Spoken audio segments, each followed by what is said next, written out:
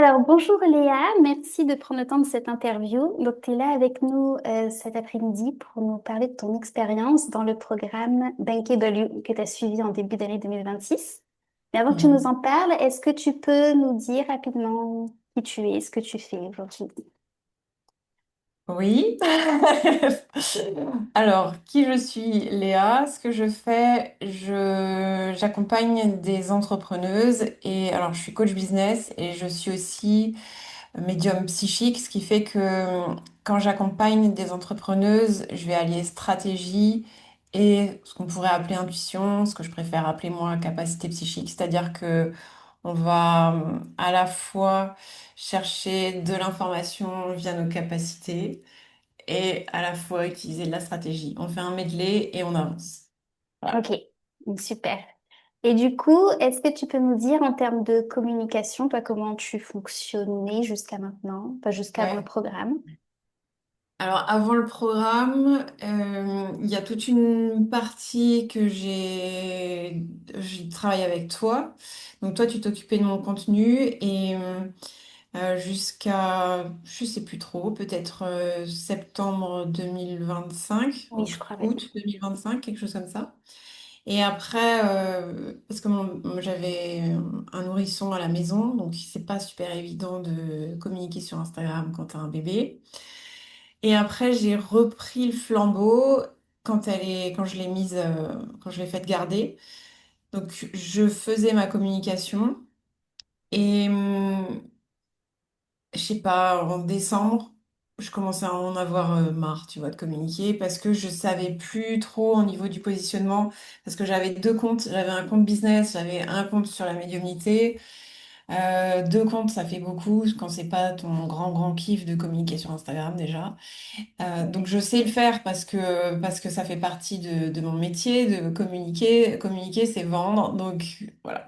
Donc c'était OK, mais je commençais à en avoir marre et surtout je commençais à me dire, ah, la médiumnité, ça prend de plus en plus de place. Il faut que je fasse le switch et que j'en parle sur mon compte principal qui était très tourné stratégie à ce moment-là. Voilà. Et c'est là que j'ai rejoint Bankable You. Quand j'ai vu ton mail, j'ai fait oh mais yes, carrément. Bon, de toute façon, ton programme, il était né dans un de mes programmes. C'est vrai. Ouais, donc t'en avais parlé parce que tu es dans un de mes programmes business et t'en as parlé dans un programme, tu dis voilà, je suis en train de travailler sur un programme, ce serait ça. Et moi j'étais là, ah ouais, mais carrément, moi je veux, je veux. Et donc j'ai été, je pense, une des premières inscrites. Et ouais, quand j'ai vu ton mail, je me suis dit c'est exactement ce que je veux parce que ce que tu proposais, c'était on va travailler sur ton positionnement euh, en allant connecter au potentiel grâce à la partie capacité psychique. Et comme c'est mon métier d'accompagner des gens via les capacités psychiques, je sais ce que ça apporte. Et pour une fois que je pouvais participer à un programme où on allait, moi, me guider via ces mêmes capacités, je me suis dit, oh yes, carrément. Et c'est la partie que j'ai préférée d'ailleurs. Euh, ouais, donc c'est vraiment pour ça que je me suis inscrite à ton programme, parce que j'étais dans une phase de... Je sais pas, j'ai l'impression que ce que je raconte, c'est plus tout à fait moi. Tu vois, je me reconnaissais plus dans mes réseaux. J'avais plus envie de faire l'effort de me maquiller, de m'habiller, de faire semblant quelque part. Je voulais revenir à quelque chose de plus... Ouais, de différent. Je voulais vraiment quelque chose de différent, mais je savais pas quoi. Ok. Et ça se manifestait comment dans ta com? C'est-à-dire, donc tu dis que tu n'avais plus envie Mhm. de faire semblant, entre guillemets, Mhm. plus envie de communiquer la moitié de ce que tu avais vraiment envie de communiquer. Mais du Mhm. coup, est-ce que tu n'avais plus envie de poster non plus? Tu trouvais plus d'idées? Tu savais plus comment le dire? Ouais, parce que en fait, j'avais plus envie de poster parce que en même temps, j'avais une espèce de crise de sens du style. En fait, je commence à être allergique à toutes les belles promesses qu'on peut faire sur le net. Tu vois, se positionner sur les 100K, sur les 10K, sur les 300K. Je commençais à être allergique à tout ça. Je commençais à être allergique à tout ce qui est type injonction. Euh, bref, je commençais vraiment à faire une espèce de saturation des contenus classiques d'un coach business ou même d'un coach tout court. Et je me disais, putain, mais qu'est-ce que je vais poster? Parce que moi, en fait, j'avais plus envie d'accompagner des gens sur faire de l'argent, mais plutôt sur se connecter à quelque chose de profond en eux pour se reconnecter à une vie pleine de sens, à aller explorer plutôt les potentiels de l'âme que les potentiels du fric, quoi. C'est pas du tout la même chose. Et ça veut pas dire qu'il n'y a pas de fric à se faire quand on explore les potentiels de l'âme, mais c'est pas la même démarche à la base. Et moi, j'étais dans une espèce de crise identitaire là. Euh, voilà, donc je suis allée en parler à un psy et je me suis aussi inscrite à Bankable du coup. Les deux en même temps. Bah alors du coup, dis-nous comment est-ce que Bankable You t'a aidé à traverser cette crise? Et ben, ce qui a été très intéressant, c'est que en janvier, j'ai décidé d'arrêter de poster. Je me suis dit, j'arrête. J'ai même enlevé Instagram de mon téléphone. Et je me suis dit, le temps qu'il faudra, j'y retournerai pas. Et je me suis laissé un mois. J'ai arrêté le 27 janvier. Et je me suis laissé un mois, retour le 27 février. Mais au final, j'ai fait une pause plus longue parce que c'est trop bon. C'est juste trop bon de pas être sur Instagram. Et, et Bankable You a commencé en janvier. Et au tout début de ton accompagnement, on travaillait beaucoup sur le positionnement, sur le higher self. Et je me souviens que tu nous as fait une espèce de méditation guidée ou une visualisation, une reconnexion en tout cas au higher self. Et que les réponses que j'ai eues pendant cet exercice, elles m'ont vachement fait réfléchir parce qu'en fait, je me suis rendu compte que toutes les réponses que je donnais, elles étaient raccord à la médiumnité, plus du tout au business. C'est-à-dire, Mm. qu'est-ce que moi j'ai envie d'amener au monde? Qu'est-ce que j'ai envie d'amener à mes clients? Comment est-ce que je me suis dit, waouh, en fait, il n'y a plus de business. Et donc, à ce moment-là, je me suis dit, ok, je vais faire la paix avec le fait de faire des contenus sur Instagram tourner business.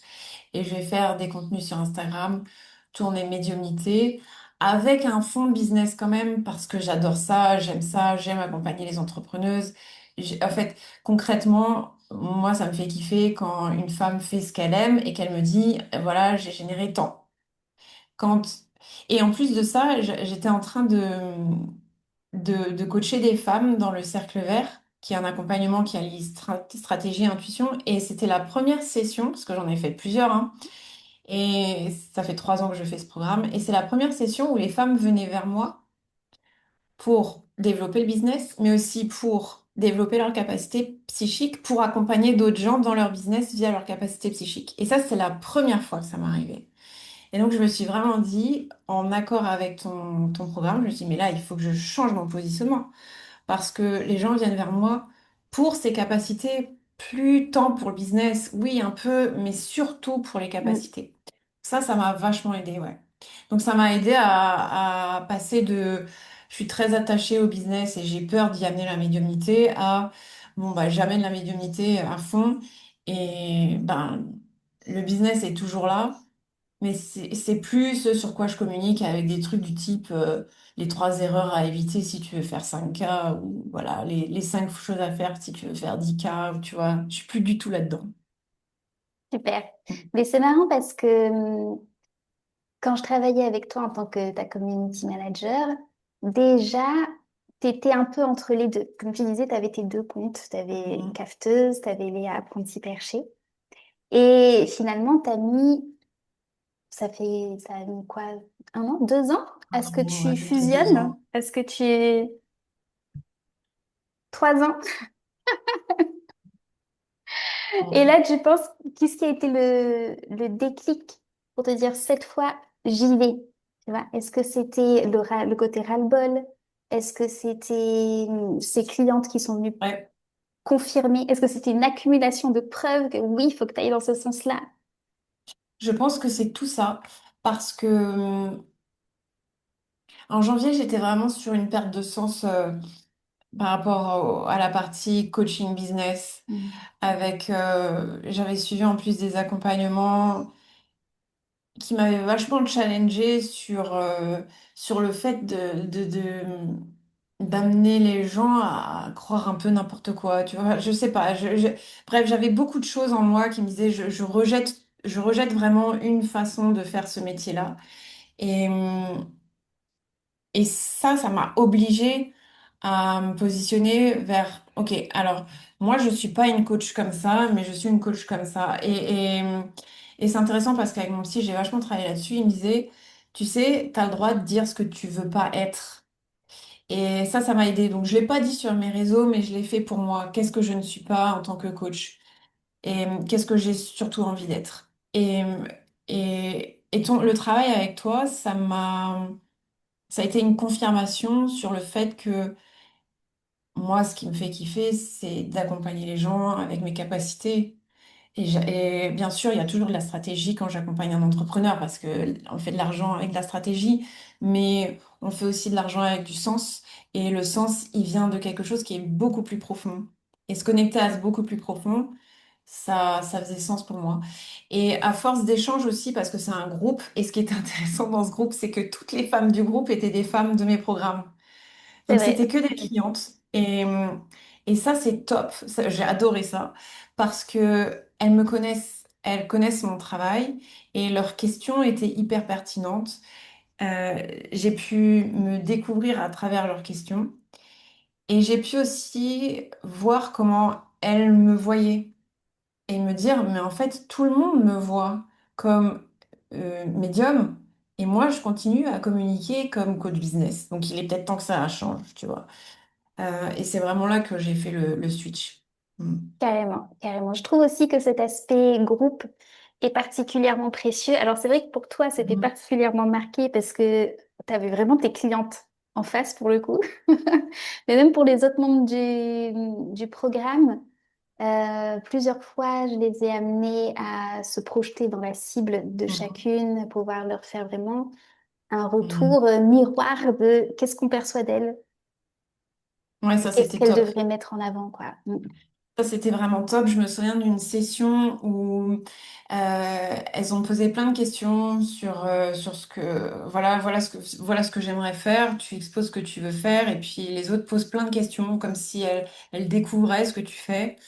Et, et moi, c'est simple, hein. Après, je suis allée sur ChatGPT, je lui ai dit, je lui ai fait la liste de toutes les questions que j'avais.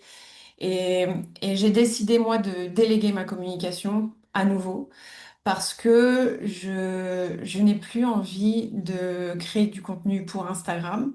Je préfère créer du contenu pour YouTube en ce moment. Mais Instagram, c'est important d'y être parce que voilà, c'est important d'y être. Et en fait, ce que j'ai fait, c'est que tout ce que j'ai collecté comme information de Bankable You, j'ai fait un gros récap avec ChatGPT, c'est tout. Je lui ai juste dicté et je lui ai dit voilà, tu fais un récap. Euh, et ça nous a servi pour les posts qu'il y a maintenant. Et ça a vraiment appuyé mon changement de positionnement.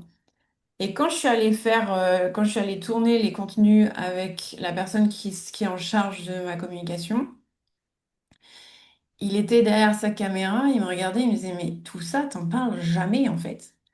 Il me disait, mais personne ne peut imaginer ce qu'il y a dans tes accompagnements. Parce que je lui parlais de médiumnité, je lui parlais de contact défunt, je lui parlais de transgénérationnel, je lui parlais voilà, de mémoire. Et, et c'est là que je me suis rendu compte à quel point j'étais à côté en fait dans ma com. Mm.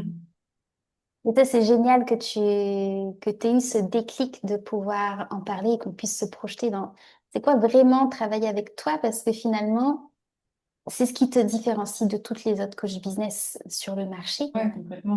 On n'en trouve pas d'autres, des accompagnements comme ça. Donc, ouais. Ouais. Et en plus de ça, il y a autre chose, c'est que je sens que de plus en plus, et ça fait un moment, ça fait au moins 2 ans, que je sais qu'à un moment donné, le coaching business, ce sera le truc à côté, mais que l'activité principale tournera autour de la médiumnité. Et ça fait un moment que je le sais.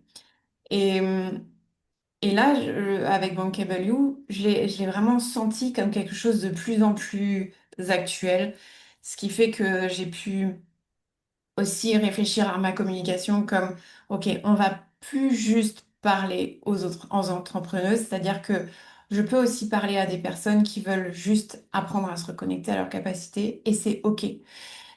J'ai fait la paix aussi avec le fait d'avoir des contenus viraux. J'ai décidé de partir sur trois types de contenus sur Instagram et on reste sur les trois types de contenus. Enfin, on teste à chaque fois, hein. Là, on est en phase de test. Mais je voulais vraiment des contenus qui soient longs, où les gens ils soient obligés de rester, d'écouter, et je suis OK avec le fait que ça plaise pas à tout le monde. Je suis OK avec le fait que les gens restent pas jusqu'au bout si ça les intéresse pas. Donc je suis vraiment allée sur un autre positionnement, une autre stratégie. Euh, et ça marche, hein, parce que je vois mon compte là qui est en train de... Tu vois, là, ça fait une semaine et demie qu'on n'a pas posté. Et je sais pas, hier, je suis allée sur mon compte, je vois qu'il y a 6 personnes abonnées. Je me dis, putain, mais elles sortent d'où? J'ai rien posté depuis une semaine et demie. Donc ça marche, en fait. Ouais. C'est ce que j'allais te demander, si tu voyais du coup une différence avec, en termes de résultats sur tes publications, de réaction de ta communauté, parce que c'est vrai qu'il y a pas mal de personnes qui ont peur, en changeant de positionnement, de perdre les gens, de perdre leur communauté. Est-ce que toi, tu as l'impression que c'était arrivé ou... Ouais, alors moi, j'ai déjà changé tellement de fois de positionnement. Tu sais, mon compte Cafeteuse, à la base, c'était un blog mariage. C'est vrai. Euh, Tu vois, je cafetais les bons plans mariage. Et puis, du jour au lendemain, je suis passée au coaching. Et puis, donc, il y a déjà eu un changement de position. Et, et oui, j'ai perdu des gens à ce moment-là, mais t'en retrouves d'autres, t'en retrouves d'ailleurs beaucoup d'autres. Et c'est exactement ce qui est en train de se passer là aussi. C'est que oui, je perds à chaque fois des gens, mais pas tant que ça au final, parce que les gens qui me connaissent, qui aiment me suivre, qui ont déjà travaillé avec moi, ils me font confiance sur tout. C'est-à-dire que là, je passe du business, je leur dis, OK, on va amener de la médiumnité dans le business. Et ils se disent, ah bon, c'est quoi ce délire? Et puis ça les intrigue et ils se disent, bah, Léa, avec son côté bien terre à terre, bien carré, c'est sécure, je peux y aller. Ils testent et ils se rendent compte à quel point c'est utile. Donc, Mm. tu perds pas tant de gens et si t'en perds, ben tant mieux parce que voilà, tant mieux. Mais de toute façon, tu vas attirer d'autres personnes à toi. Et c'est pas parce que t'as peur de perdre des gens qu'il faut rester dans un truc qui te plaît pas, hein, parce que le truc qui te plaît pas, il faut vivre avec, hein. C'est clair, carrément. Et c'est là que tu vois aussi l'utilité, tu vois, de continuer à être présente en ligne, continuer à communiquer au fil Mhm, des années, même si tu as changé de mhm, positionnement, tu as changé de business, etc. Parce que, mine de rien, au fil du temps, tu déconstruis une marque personnelle. Comme tu dis, les gens te font confiance, te mhm, connaissent, connaissent ta personnalité, ta façon mhm, d'accompagner, mais que ce soit sur un sujet ou sur un autre. Et ils continuent à te suivre, quoi. Donc ça, c'est vachement chouette. mhm. Mm. Et Ouais. alors du coup, si tu devais choisir une chose, qu'est-ce qui a le plus changé pour toi aujourd'hui dans ta communication après ce programme? Que ce soit dans ta façon de voir la com ou dans ta façon de communiquer, qu'est-ce qui a le plus changé pour toi? Alors déjà, je pense que ça n'a pas changé que ma façon de communiquer.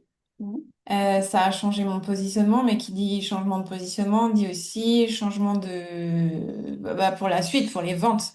Parce que là, je suis en train de sortir un programme, un petit programme intuition, il s'appelle Intuition d'ailleurs, se fait en autonomie. Après, on peut échanger sur un groupe WhatsApp, mais c'est vraiment que intuition.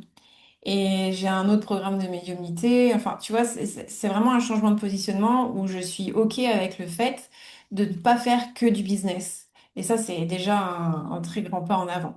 Ensuite, ce qui a changé dans ma communication, c'est que avant, je faisais beaucoup de choses pour que les gens se disent, ah, je me reconnais en Léa. C'est-à-dire que j'allais publier des photos de mes enfants à la plage, de voilà, le mercredi on fait ceci, le machin, le truc. Ça, c'est terminé. En fait, c'est pas que je m'en fiche que les gens se retrouvent en moi, c'est pas l'objectif. Donc là, mes enfants, j'ai décidé de plus les montrer. Ça aussi, ça a été un choix. Mm. J'ai supprimé je sais pas combien de posts sur Insta où on voyait mes enfants et je crois qu'il m'en reste encore à en supprimer. J'ai et dans mes contenus, je me suis vraiment positionnée comme je vais partager des histoires dans les réels. Je partage des bouts de ce que je vis en coaching et, et j'adore faire ça. Et il y a les carousels où bon, là, c'est un petit peu plus informatif. Mais encore une fois, tout ça, on est en test. Voilà. En fait, je me suis vraiment dit, là, je vais me positionner comme médium. Donc, je parle comme une médium. Mm. Et de temps en temps, je te dis que voilà, que cette médiumnité, je la mets au service de ton business. Donc là, le challenge en ce moment, c'est de pas oublier de dire aux gens que la stratégie, c'est aussi mon truc. Ouais. Tu vois, donc il y a toujours un challenge, quoi. Quand tu vas dans un truc, c'est te rappeler que oui, en fait, il y a un juste milieu entre médiumnité et stratégie. Mais bon, ça, je le fais plutôt en story. Ouais, ça m'a vraiment permis de retrouver du sens et de revenir à qu'est-ce qui est OK pour moi de partager sur Instagram. Super. Et Ouais. du coup, à qui est-ce que tu conseillerais Bankable You? Je vais lancer la nouvelle session à la fin Mhm. du mois de mai. Tu la conseillerais à quelle entrepreneuse? À toute personne qui a envie de d'amener plus de sens dans sa façon d'entreprendre parce que la communication, c'est juste une prolongation de comment j'entreprends. Donc, quand on travaille la communication, on travaille les fondations de notre entreprise quelque part. Qui je suis, qu'est-ce que j'ai envie d'amener aux gens. Euh, donc, c'est assez faux de dire qu'on va travailler la communication, je trouve. On Ce travaille serait plus juste, l'identité beaucoup. ouais, ce serait plus juste de parler de positionnement. Mm. Et un positionnement en entrepreneuriat, ça fait tout. Ça fait absolument tout. Et d'autant plus qu'on va travailler, comme on est des solopreneurs, on va travailler notre positionnement, notre rapport à qu'est-ce qu'on a envie de montrer, qu'est-ce qui est pas OK pour nous, qu'est-ce que... Donc, ouais, pour moi, c'est à toute personne qui a envie de revoir son positionnement, qui a envie de mettre plus de sens dans son positionnement et plus d'impact. Moi, j'ai vraiment la sensation d'avoir une com qui est moins gentil, moins joli, tu vois, plus d'impact. Moi, c'est ce que j'ai dit à la personne avec qui j'ai travaillé. Je lui ai dit, je t'ai choisi toi parce que je veux pas du gentil, je veux pas du mignon, je veux juste dire voilà qui je suis. Je veux pas montrer ma vie, je veux pas montrer des trucs perso, mais par contre, je veux montrer ce que je suis capable d'apporter aux gens. Et ça a été un gros changement, ouais. Donc, ouais, plus d'impact pour toute personne qui a envie d'avoir plus d'impact avec sa communication, mais donc avec son entreprise. Carrément. Et pour Ok. la partie intuition, bah, toute personne qui est curieuse, en fait, on peut pas, enfin, moi, je peux plus m'en passer de toute façon parce que c'est se voir autrement, c'est voir nos potentiels autrement, c'est se voir, en fait, se voir. C'est quand même, ça n'a pas de prix d'être capable de se voir dans ses potentiels. C'est clair, c'est carrément précieux. Ouais. Mhm. Eh bien, merci Léa pour ton partage. Avec Je plaisir. vais vous mettre partager le compte Instagram de Léa si vous la connaissez pas encore. Et rendez-vous sur son compte pour voir comment sa communication a évolué et son nouveau programme Intuition qui vient de sortir aussi.